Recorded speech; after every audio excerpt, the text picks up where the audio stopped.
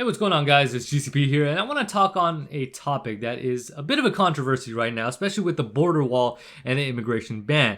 And I feel like, if possible, that businesses and celebrities should just altogether not give their political statement.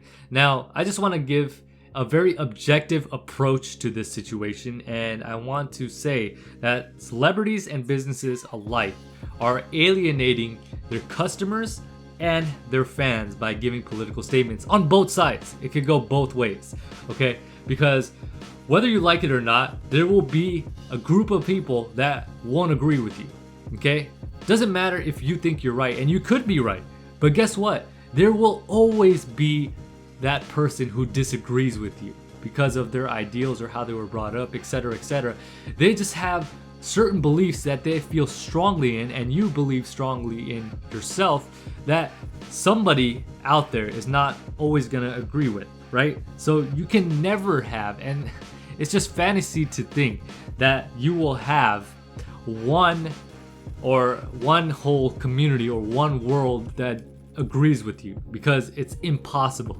Because you're always going to have some form of opposition. Someone is always going to disagree with you. So what I want to get at is, when businesses and celebrities make political statements, they're alienating those customers that, believe otherwise, or they are, alienating fans of theirs that believe otherwise. And I want to give an example with Starbucks. Now, Starbucks came out with a statement that they were going to be hiring an X amount of refugees over the course of X amount of time, right? And this was in clear opposition of the immigration ban, which the president of the United States actually implemented.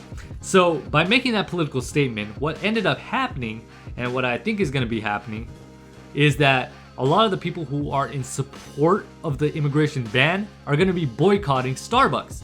So what does that mean for the bottom line? Bottom line, they're going to be losing customers and business. If they wanted to do it in a strategic way, and actually a way that's a little more humble, is to do it silently. Because if they did it silently, the people who are in support of the immigration ban wouldn't even know that they're hiring refugees.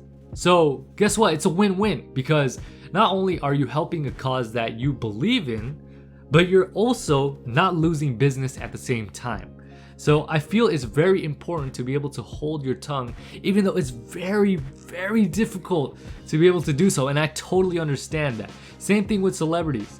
They're alienating people who really enjoyed your movies or your work as a movie actor, or even as an artist for your albums and your music. But now, because you made this political statement, they're no longer a fan of yours, or they're no longer, somebody who goes to the movies to watch, your particular picture, or goes to the store to buy your albums or download your music, right? So again, bottom line, you're losing fans and you're losing business. So I know it's very difficult to be able to hold our tongue, especially on a consistent basis on social media.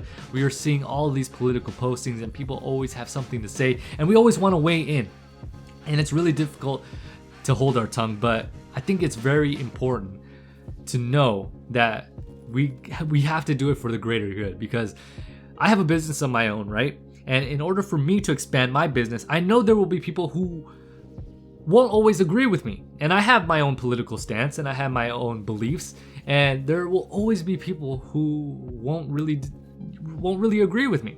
So I try my best whenever I log on Facebook, whenever I log on any social media for that matter, not to react or not to really indulge into conversation or argument with any of these people. I just kind of ignore them. I might not agree with them, but I just ignore them.